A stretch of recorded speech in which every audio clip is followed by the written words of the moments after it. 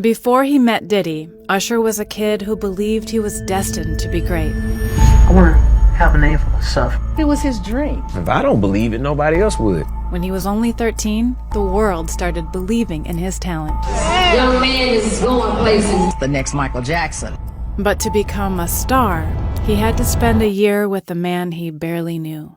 You've changed your name to Love. I have become Love. Okay. We're sending you over to something called Puffy Flavor Camp. Did you feel like that took away from your childhood at all? Flavor Camp was Usher's last chance at having a career. Giving up is not an option in life. There's always a way. The allegations are absolutely horrific. Were you the only kid at Puffy Flavor Camp? Where we hanging out and what we doing, we can't really disclose. Music mogul Sean Diddy Combs, accused of and assault. But Usher didn't just survive Flavor Camp. He thrived from it. You know, I'll never forget the first day I'm getting ready to do a showcase for my record company. My golden ticket was my voice. And I lost it. This girl is changing my mind so much, I really don't care. I got a headache, from doing all them high notes. Hey man, it's just puberty, you're gonna go through it. But when you raise your voice to sing and you could do it so easily, now it's not there, it's gone. And you don't know if it's gonna come back either. I waited all my life for this opportunity, so I performed before this audience.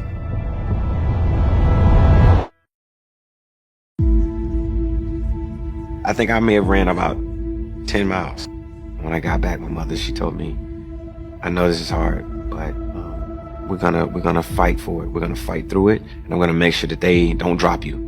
When Usher was just 13 years old, his mother was hell-bent on making him a star. I mean, I had a mother who was strict.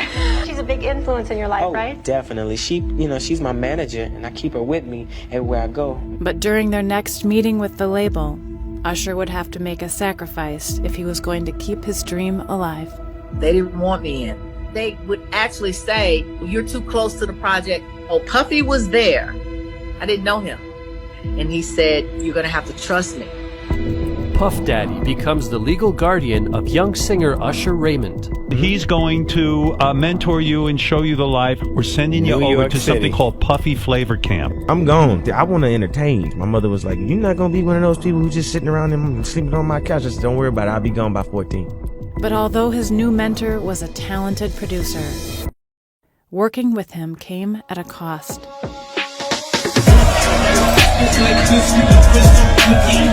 You can believe the hype.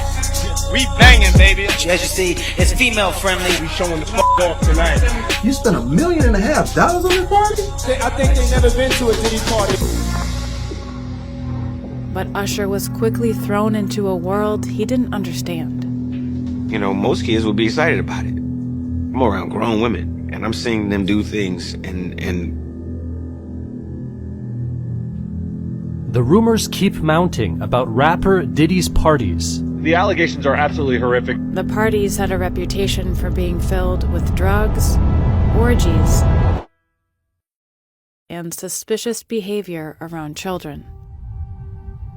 Breaking news. Diddy adopted a white child. You still have beautiful parents, but you're my child also. Now how the did the Me Too movement miss this? Man. Where we hanging out and what we doing, we can't really disclose, but it's definitely a 15-year-old's dream. I don't have legal guardianship of him. I had legal guardianship of Usher when he did his first album. I did Usher's first album, but for the next 48 hours, he's with me. So and we gonna go full crazy. Going crazy. Crazy. How did you make sure that people didn't take advantage of him? My mother used to tell me all the time, you need to stop telling people that you're going to be a big artist. I'm like, why? That's what I believe. This is what I think about myself. If I don't believe it, nobody else would. Though Diddy was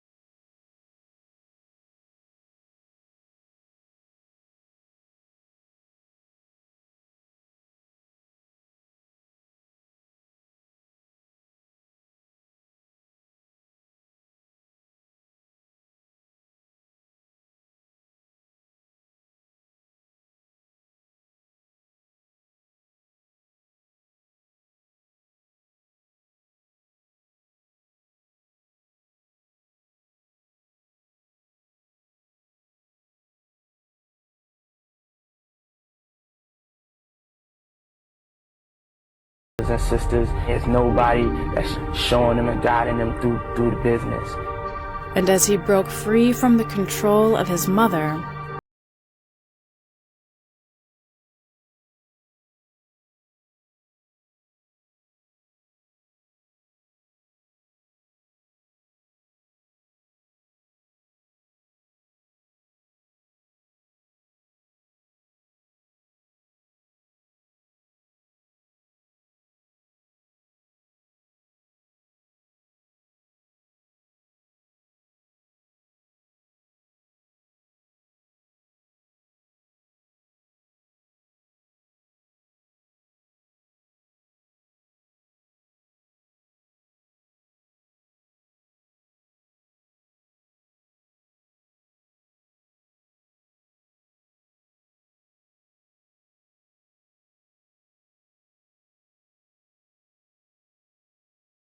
That come with it.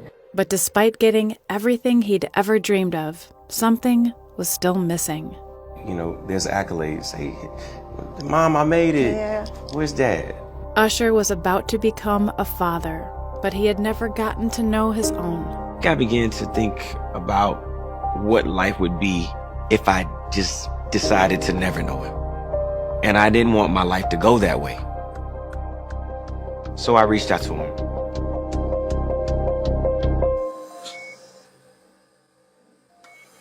It was so hard. It was hard because I make the decision whether you live or you die. That right there killed me. It's like, I'm not ready for that. He's being held in intensive care at the time. They say he needs his transplant.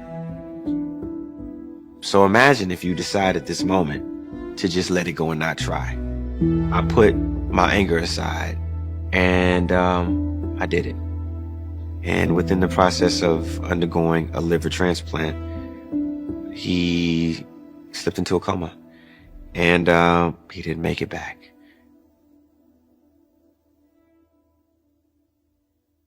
I guess the hardest part of this story is the fact that within the process of making the decision of whether my father lives or dies, if they take him off of the machine, my son is across town, just being born. The whole purpose and reason behind even trying to fix this relationship was to make sure that my son knew where his name came from. But I lost that opportunity. He never got a chance to meet him. I tried my best to right the wrong that was my father. He made a decision not to be in my life. So now I make the decision to be in my children's.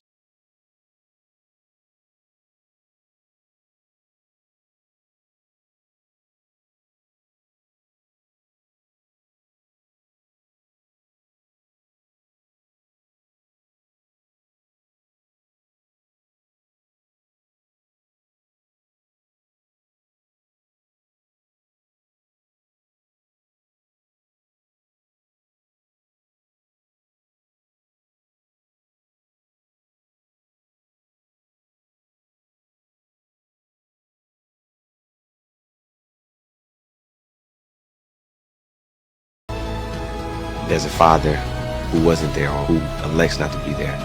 I'm going to be there for him. I'm going to be as helpful as I possibly can and be strong for them and strong with them. This guy, look at this guy running. Uh-oh.